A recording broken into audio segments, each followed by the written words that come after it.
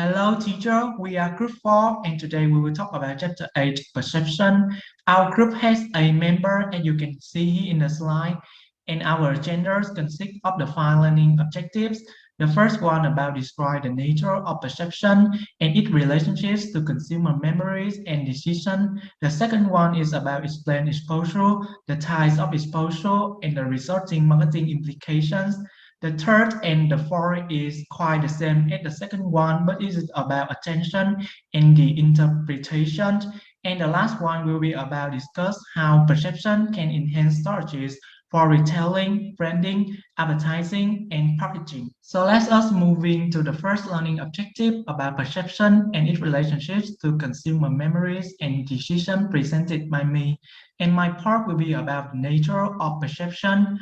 We know that information processing is a set of activities that involve receiving, transforming, and storing stimuli, and it consists of the 4 processes. The first one about exposure occurs when the stimulus comes within a range of a person's sensory receptor nerve vision. Attention occurs when the stimulus is seen, and interpretation is the assignment of the meaning to the receiver sensations, while memories is the short-term use of the meaning for decision-making or long-term retention, and perception is made up of the first 3 processes, and it could say that all of the processes are clearly interactive. For example, a person's memory influences the information he or she is exposed to and attend to, and the interpretations assigned to that information. At the same time, memory itself is being shaped by the information it's receiving. It is also the end of this part, and the next will be my friend Sung, who will talk more about the exposure process. Hi teacher, my name is Sun and thank you for learning part. Now I would like to talk about my part is learning up to stage 2 is explain exposure, the types of exposure and the resulting marketing indication. There are 3 parts in learning objective 2. First of all is the definition. Exposure occurs when a stimulus is placed within a person's relevant environment and it comes within range of his or her sensory receptor nerves.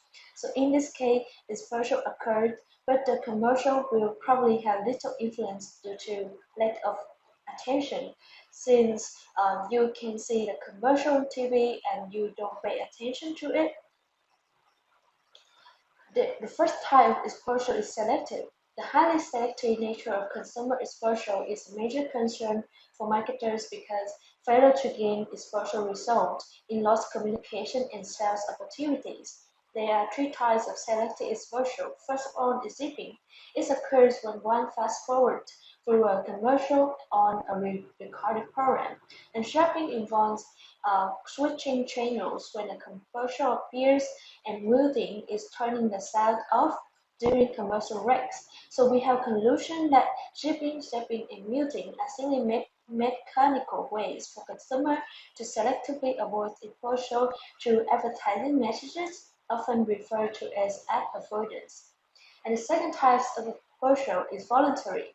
Although consumers often avoid commercial and other marketing stimuli, sometimes they actually seek them out of various reasons, including purchase goals, entertainment, and information.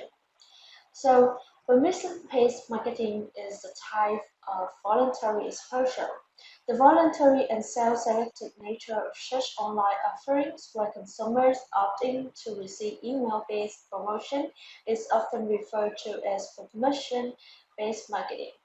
So consumers control the messages they are exposed to and consequently are more receptive and responsive to those messages. So thank you for listening. Now we will talk about the next part of learning objective 3. Thank you. So thank you, Tuyển, about the presentation for voluntary exposure and learning objective 2. Now I'm going to present about explaining attention factors and the resulting marketing implication. When it comes to attention, it is biologically defined as occurrence when the stimulus activates one or more sensory receptor nerves and the resulting sensation go to the brain for processing, which can We can define attention in three main factors: stimulus, individual, and situational factors. Now I'm going to present to you about stimulus factors, which is the physical characteristics of stimulus itself. We will go through size, intensity, attractive visual, and color movement. First, moving up to size. As you can see here, larger stimuli are more likely to be noticed than the smaller ones based on this statistic, and it is absolutely true. Moving on, we have intensity. Intensity can be give example at loudness, brightness, or length. In terms of online context, intensity can include intrusiveness, and also intensity can also mean repetition, but attention generally decreases across repeated exposures. Next, we have attractive visuals. You can see here, audience are easily drawn by pictures of models or pictures of natures. So most brands use models and the image of mountains to embossed on the advertisement. But there are also downsides of this way, because any factors that draws attention to itself away from the brand and its selling points has to be used with cautions. Moving on to colors. As you can see here, both color and movement serve to attract attention, with brightly colored and moving items being more noticeable, and certain colors and color characteristics may even create certain feelings that draw attentions. Based on this statistic, we can see here, the more it has on length and also the more colorful it is, the easier it is to draw attention from audience and purchasers. That's the end of my presentation. Moving on, soon we will present to you about the importance of position in drawing attentions. So, hello teacher, my name is Ngọc Tuyền. So now I will continue to cover learning outcome number 3. My friend Lu already explained the stimuli factor like size, intensity, attractive visual, and color and movement. So now let's move to position. Position refers to the placement of an object in physical space or time. In marketing, advertisement position can have a big impact on the results of the campaign. In print platform, ads on the right-hand page are more attractive than on the other side. And in online platform, vertical banner attract more attention than horizontal banner. Isolation is separating a stimulus object from other objects. For instance, you can easily see an isolated counter of a particular type of product in the supermarket, for example, like in the picture, to attract the attention of consumers. Moving to the format. Format refers to the manner in which the message is presented. The more sophisticated the message, the less attention for customers. Or some advertisement that have too fast voice speech, foreign accents, and inadequate volume can reduce the effectiveness of the ads. Next, we continue to analyze contrast and expectation. Ads that differ from expectation for a product category often motivate more attention.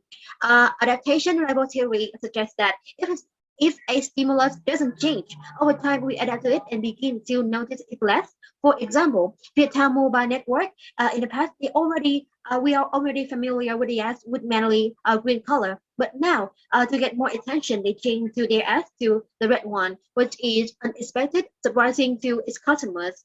And the following is the following part is the interestingness, like creating curiosity, such as a plot, surprising ending, and can increase interest and the attention paid to the ad. For example, in Lunar New Year 2022, Pepsi had launched a marketing campaign including ads that talk more about the trend for people live far away from home can come back to their hometown with meaningful message, and really increase people interest when they see the ads. And the last factor is informational quantity. It represents the number of cues in the stimulus field. Marketers have noticed that it is better to have information in printed content, but it is a different story in television ads, as people easily become overloaded. And that's the end of my part. And The next part will be presented by Wun An. Thank you. Thank you, Tui. Let us now discuss another aspect that also influences attention, individual factors. Individual factors, such as motivation and ability, distinguish one person from another. Consumer interest and needs create motivation. In addition, motivation or interest in a specific product category is also known as product involvement, which motivates attention. Smart banners for the internet are one method marketers have responded to consumer interest in involvement. Most brands, including LinkedIn, now utilize smart banners because they are effective and garner a huge amount of attention. Another particular characteristic worth considering is the ability, the capacity to attend and process information. In this factor, we will focus more on brand familiarity. Consumers who are unfamiliar with the brand require more banners' attention to get the knowledge and trust to drive further attention via click-through to the site. The final factor that also affects attention is situational factors. Situational factors include stimuli in the environment and temporary features of the individual caused by the environment. Clutter and program involvement are two situational elements that marketers are particularly interested in. The density of stimuli in the environment is represented by the clutter. In reality, consumers pay less attention to a commercial in a large cluster than to one in a smaller set. Some cable networks, such as NBC, have shifted to a single sponsor structure with fewer ads. The theory is that branded broadcasts with fewer advertisements will make fans more tolerant of pitches and the occasional interruption. Then there's program involvement, which relates to how engaged viewers with the show around the advertising. Involvement in the program or editorial content positively influence attention to the ad. So far, we've been spoken about how stimulus, individual, and situational aspects influence consumer attention. In reality, however, stimuli may be attended with non-focused attention. When a person takes into information without making conscious effort, this is referred to as non-focused attention. The terms hemispheric lateralizations refers to different activities that take place in each part of the brand. The left brand is in charge of numerical information or data-related activities, while the right brand is in charge of image-related activities. The term subliminal stimuli refers to one method of producing non-focused attention. A subliminal ad conceals persuasive information inside the ad by making it difficult or impossible to notice. Subliminal messages have sparked a lot of curiosity, but they are typically regarded to have a significant impact on brand choice or other elements of customer behavior. The Pepsi versus Coca-Cola Halloween ad is an example of a subliminal ad. Pepsi first published the image on the left, and Coca-Cola quickly responded with the image on the right. The original Pepsi commercial is subliminal in the sense that it's hilarious to suggest that getting a Coke when you wanted a Pepsi is terrifying. Coca-Cola response is ideal, implying that Coca-Cola is the true hero and Pepsi is merely attempting to imitate them. That is the end of my presentation. Now let's move to the next part with Tan. So continue with Hunan part. I am Tan, who will take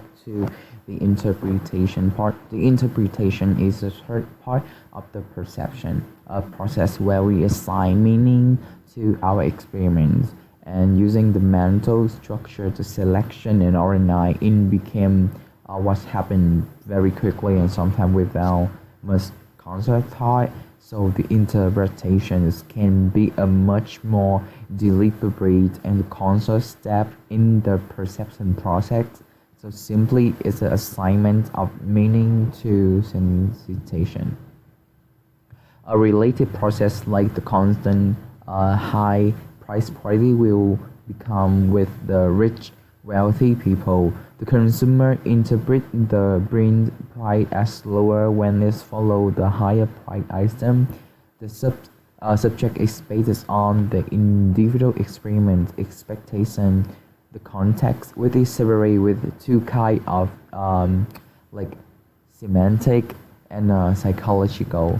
So marketing must be concerned with the psychological meaning as it is a subject experiment, not a subject reality, and drive the customer behavior. And the final aspect of the interpretation is that the cognitive thinking process or the affective emotional process. So as we can see, Yeah, and there was three characteristics like individual, situational, and stimulus.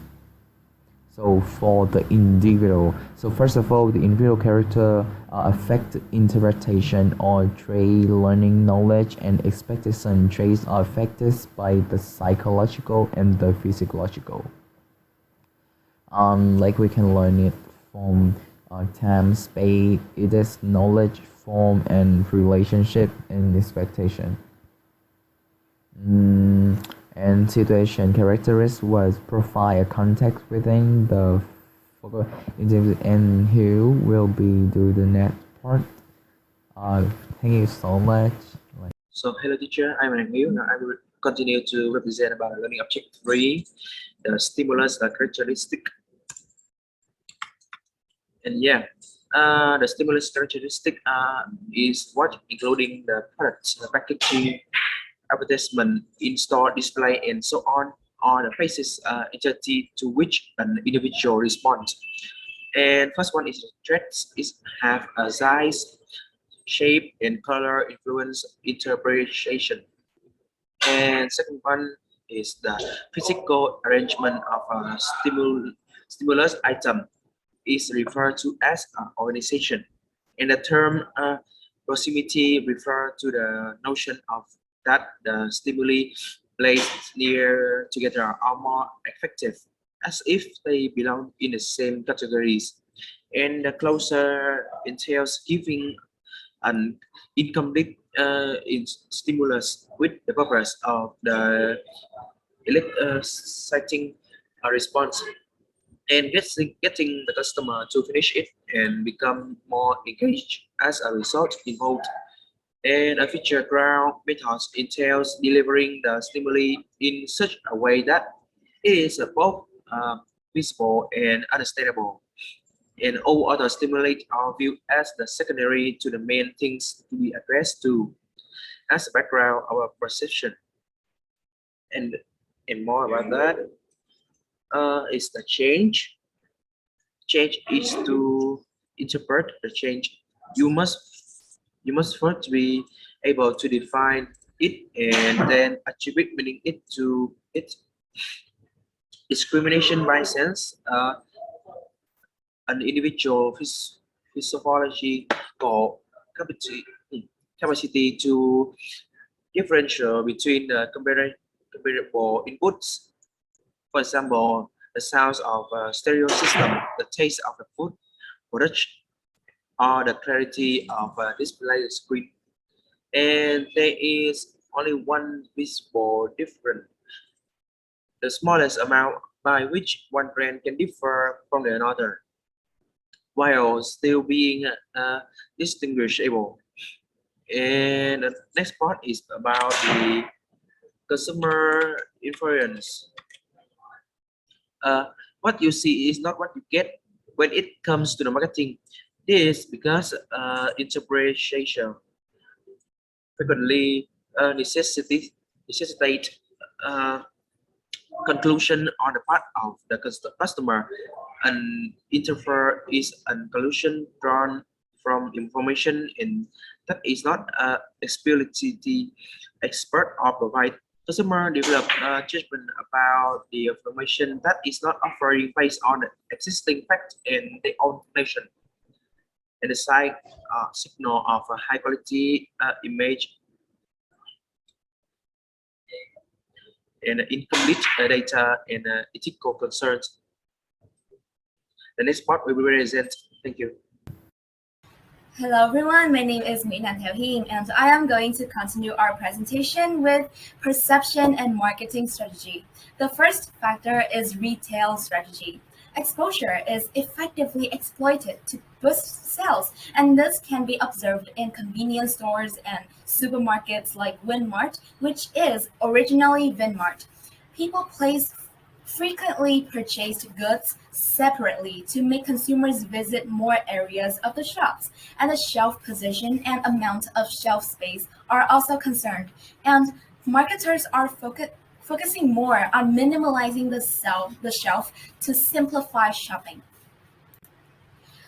The next aspect is brand name and logo development. Brand name is important and in turn it's difficult to make one. Two aspects of making a name involves semantic meanings. Under this, the meaning of brand names will describe the product itself. An example is the code spot for a fridge. The second aspect is phonemes. The pronunciation of the brand names will evoke feelings about the product. For example, the brand L'Occitane, using the round and complete sound la, gives feelings of softness, relaxation, and security, perfect for a shampoo product. And the next is brand strategies. Brand extensions or brand co-branding is also concerned in naming. And the final factor is visual. In this case, it's logo design and typographics. The three favorable types of logos are symmetrical, which is visually balanced logo, elaborate, which is complex logo, and natural, which shows commonly used objects. And the final is typographics. It is another source of attention to marketers as different fonts evokes different feelings about the product. And next is media strategy. An underlying mechanism is that the exposure process is selective. Therefore, great consideration on which media to place advertisements in is important. Marketers would want to place advertisement in whatever media that their target market most frequently exposed to. And in terms of advertisement, its best conditions should be when it accomplishes the two core missions to capture attention and to convey meaning. However, it is just hard to attain the two missions simultaneously because capturing attention with irrelevant means would distract consumers from intended meaning. And that is the end of my part. And next, Long will continue with package design and labeling. Thank you for listening. So thank you, Hing, for talking about the first part in the perception and marketing strategy. And I will continue that with the last section about package design and labeling. It could say that packaging is a functional aspect of products, but it can also be perceptual, capturing consumer attention and influences brand interpretations. Product with outstanding package and have such bright and various colors can easily to attract consumers and influences consumption, like in case of the used soft drink. Furthermore, tone package with unusual shapes can also be used to affect consumers. As you can see here from the second picture, consumers are easy to choose our partner product due to the elongation effect until the both three waters consist the same amount of water. And also, package can have the warnings on it for ethical and legal considerations, like smoking is harmful in cigars and warning about food allergy in the peanut product for such consumers to avoid using this product. And that is also the end of my presentation and the end of this chapter. Thank you for listening and hope you have a nice day.